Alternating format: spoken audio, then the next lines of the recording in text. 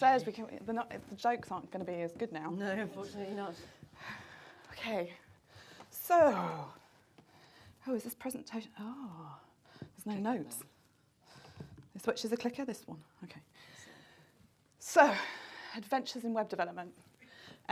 So I started at UCL about 18 months ago, and I was charged with fixing their website. We'll show you some pictures in a bit about how much of a challenge that was.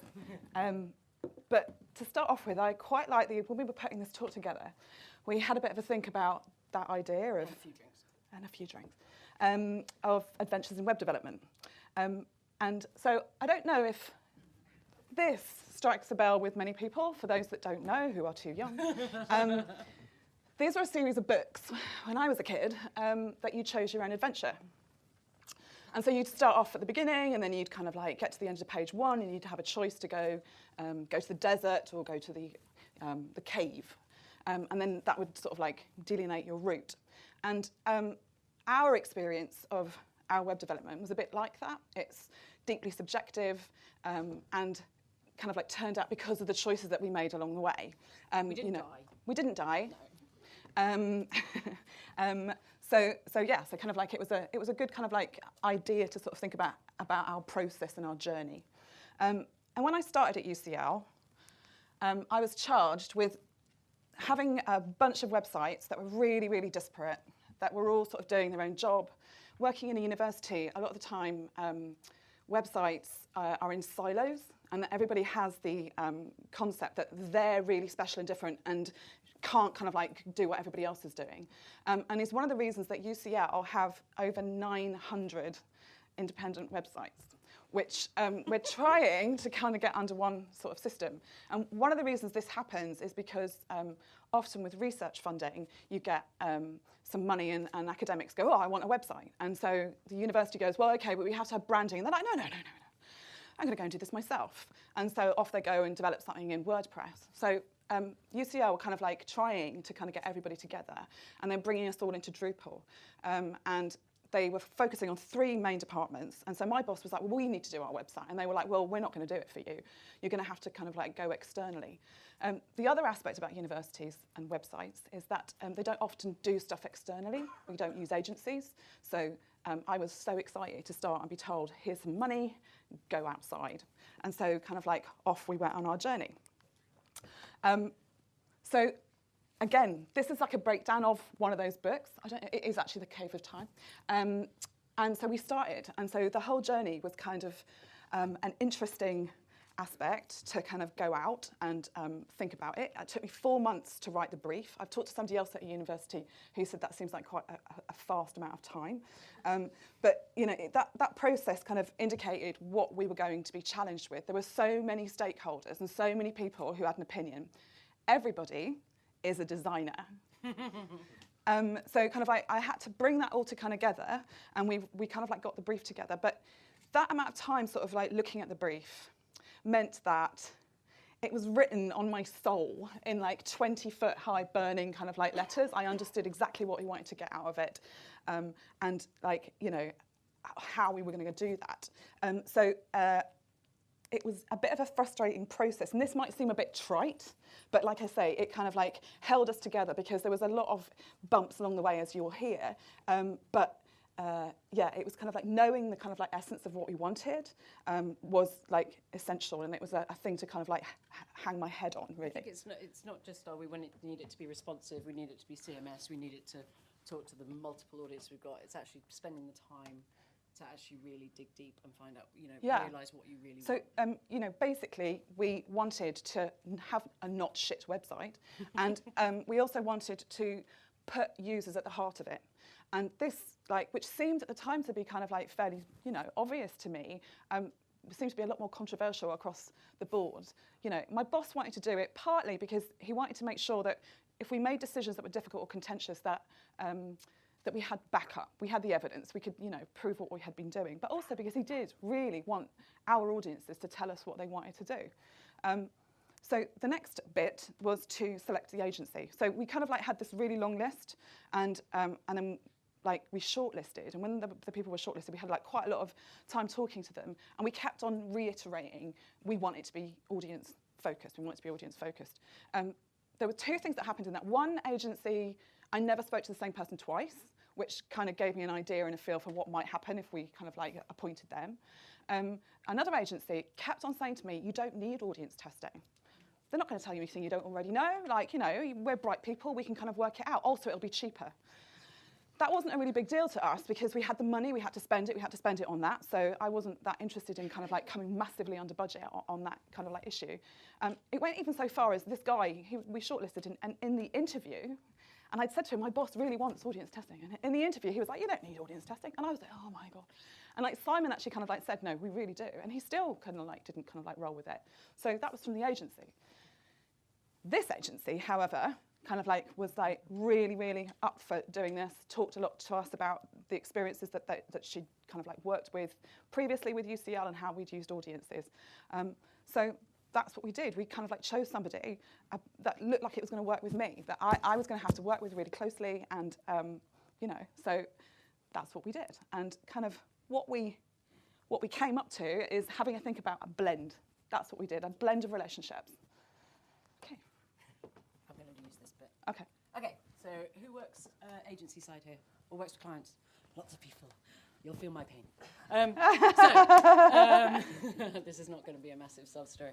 So the kickoff, right? How many people have gone into a client kickoff and you're like, oh my God, what are we dealing with here? This is what we were dealing with. So you already saw from the first slide, it's called UCL Culture, right? We weren't called UCL Culture at the beginning of the project. We were called the UCL Public and Cultural Engagement Unit. And as you can imagine, nobody really understood what that meant. And this was the website. This was basically part of, it wasn't really a website. It was a couple of pages within UCL's main website. I'm gonna walk. The navigation, for one, some people might get a bit sick by this, but one of the top line navigation items was collaborative learning in the arts, society and humanities. Big name clash. Who knows what that means? No one knows what that means. So the fact that whoever built the UX in this wasn't really user-centric at all, because anybody visiting this site wouldn't actually understand what on earth that meant. So everything was kind of focused on people that already knew what they were going to have or going to see. And so it really didn't cater for anybody coming to this new. And that was one of the things that we really discovered first up. This, just to give you an idea of the sort of things we're representing, the Public and Cultural Engagement Unit covered a number of museums. So Sarah showed off Galton Collection, the Grant Museum of Zoology, the Petrie Museum of Egyptian Archaeology. So one of the biggest collections of Egyptian archaeology artifacts outside of the British Museum. And this is how it's presented. It's like this massive, fascinating collection of artifacts that we'll talk about in a bit, show you a few. And it really wasn't, you know, the web experience really wasn't doing it any justice. So obviously kickoff, this is where we are. Where do we want to be? And our brief was this. We need to store all content, be a home for downloadable pieces, promote all events, be a hub for the latest news, showcase artifacts, give every team an equal voice, showcase projects, and inspire research participation.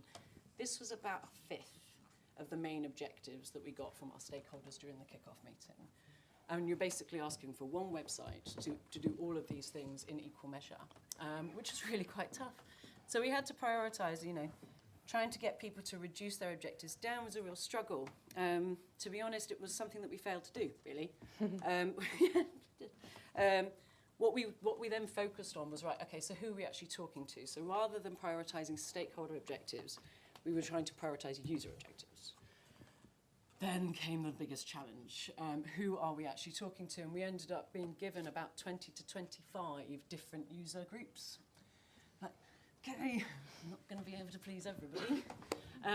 So we actually went through a process and we built some personas. And the personas were rich in ethos rather than specific job specs or anything like that. So instead of going, this is Jim, he's 65, he enjoys going to museums and golf, we talked about the studious researcher. So rather than talking about a UCL alumni, we talked about the thought leader. So we were looking at people not as specific groups, but as specific mentalities of coming to the site and how we cater for those mentalities and what tasks they want to do. in coming to the site. So we then got into recruitment. We bribed them with cake, lots of cake. We ended up scrutinising. Anybody use Look Back?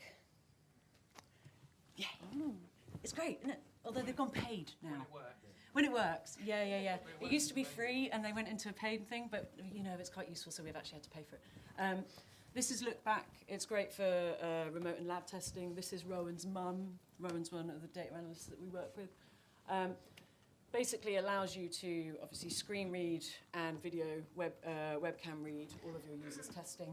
And we recruited, I think we had about 65 individual user testing sessions, calculate up to about 70 hours of user testing footage that we had to go through over 5 different stages of lab.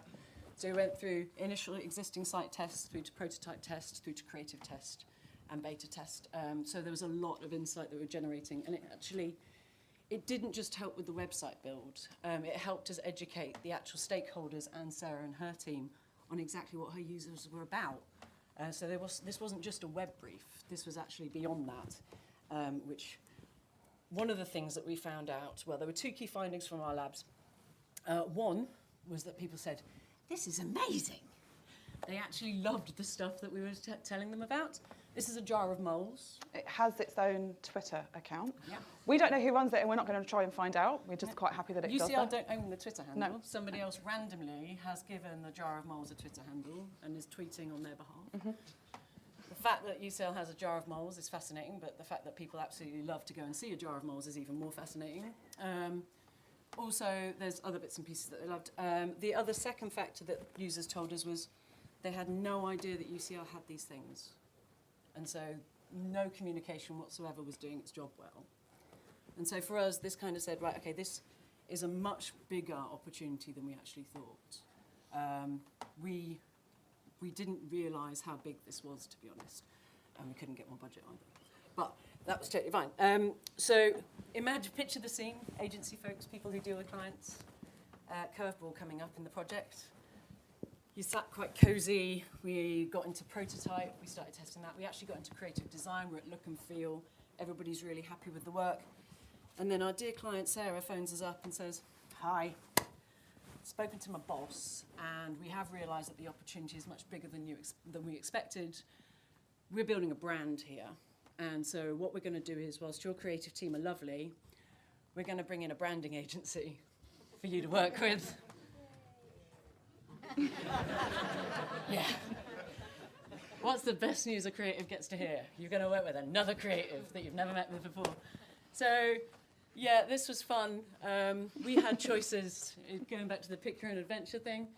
We could either throw a hissy fit saying, who are these logo designers? And we're never going to work with them. This is interface design, don't you know? We could have hidden our concerns and basically sabotaged the entire project because, we're bigger than this. Or we could have thrown the ego out of the room and said, right, okay, this is an opportunity. In fact, obviously what we did, because otherwise we wouldn't be speaking here today, is that we all come by yard together. And we got on really well. In fact, the branding agency Undivided, who aren't here today, we actually work with Undivided across 4 clients now. We only met them through UCL, and now we share 4 clients together. So the whole idea of collaborating with a new creative team actually reap benefits for both Undivided and Bravand. And for that, we thank UCL, which is great. So, yeah, over to you, my lady. Yeah, so yeah, it was kind of like we had a whole new thing kind of going on now, and so I had to communicate between 2 agencies, very different kinds of language from both of them. And Undivided, they helped us to rename ourselves, so we became UCL Culture rather than Public and Cultural Engagement. And so we're kind of going along. I did a bit of design, which made us really excited, but a bit nervous because it was really pushing our branding with UCL. But like everybody kind of got on board. Our director loved it, and then we had another curveball in that my central comms team, central kind of like marketing team, completely out of hand rejected that piece of design. So everything had been sort of like ready to go. We were kind of like motoring, and then the whole thing kind of got thrown out.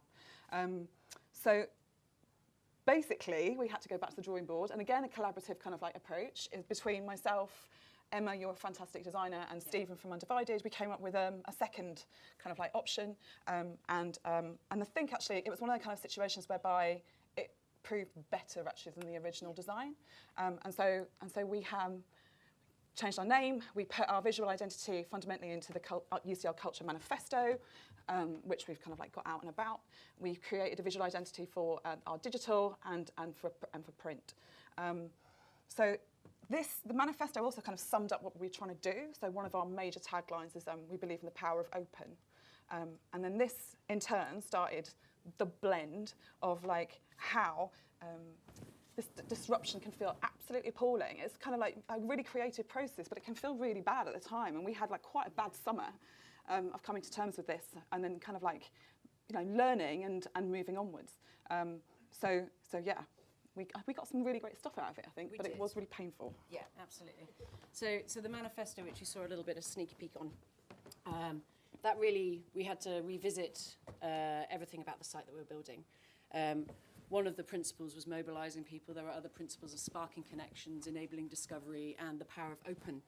And so as interface designers, we had to then look at these manifesto points and pledges and say, right, okay, how do you take something like discovery and the power of open and apply it to information architecture?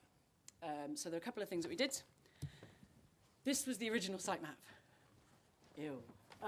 So this was exactly what all of our stakeholders wanted, and I'll explain it very, very briefly.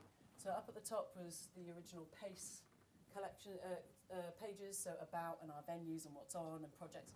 And then each of the different departments, so Grant Museum and Petrie, would have their own separate kind of microsite within this major behemoth of web experience.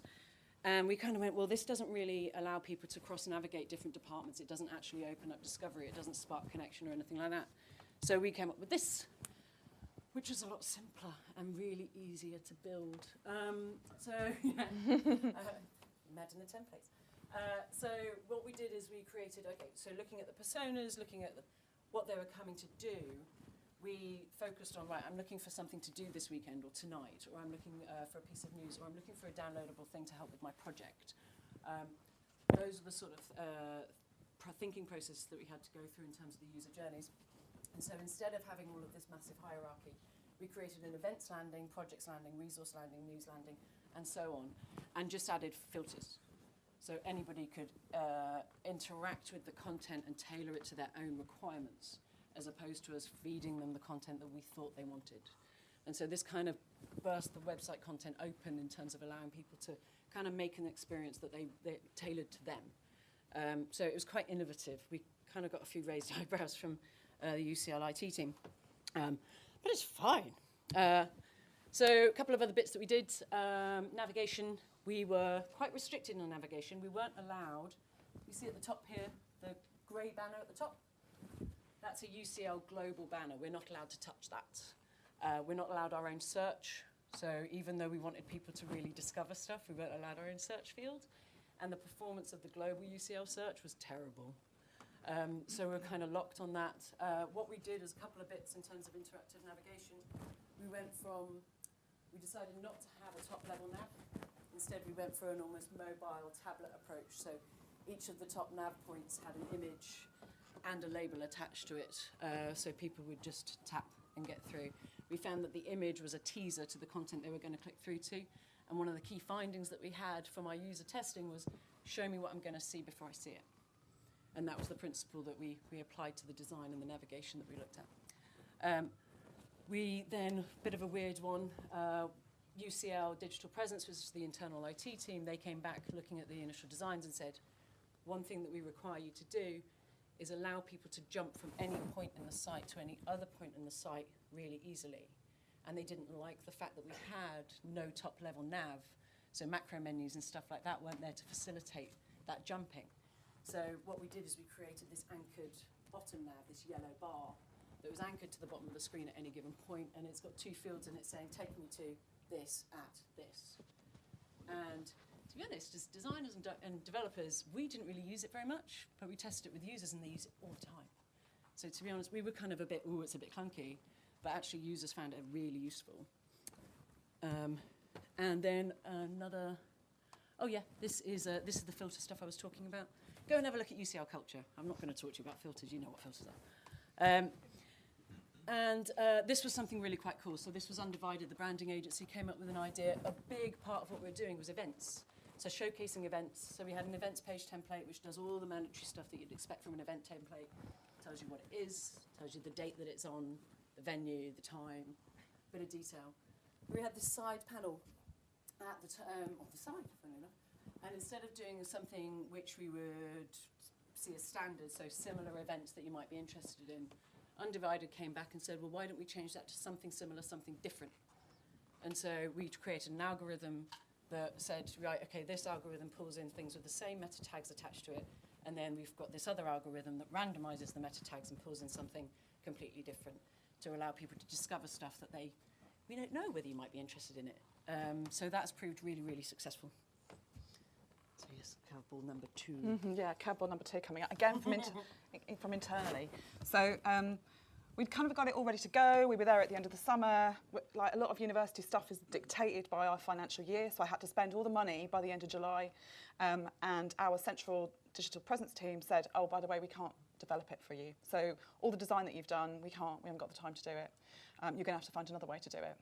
So I went back to Jilly and said, would you like to build it at the back end as well? And so this is how we kind of like got that done. And we really ran at it. We completely kind of like went for it. What it ended up doing was enabling us to be a bit more innovative and keep a load of the functionality that I know for a fact the central team would have got rid of. So like, when our website went live, it was a bit revolutionary as a result of that. So this is, I think, your slide next. So just a reminder of where we were. That's where we were. That's where we were. And I just thought I'd showcase a few bits in terms of where we are now. But again, look at the site and have a look. Let us know your thoughts. Website's never finished, so you know, we're open to suggestion. So this is now the beautiful UCL Culture. In terms of a couple of templates, we've done, surprisingly enough, we got a load. Anybody else done user testing about social feeds? Some people really hate Facebook. And some people really like Facebook. So it just, we found a real split, particularly in the academic world. They really hate social media. But we had to include it because otherwise we don't look forward thinking. So it's just a couple of templates in terms of a projects template. We, again, through the promotion of discovery, each of the projects then had a staff profile which was tagged against who was involved in that project. You can then click on that staff member, you can see their profile and other staff members that work with them. So again, you can kind of get lost in the experience, but that was kind of the point that you're meant to discover around what UCL Culture has to offer. So yeah. Website's never finished. Like London. Like London. Yes, I often think that about what we've built.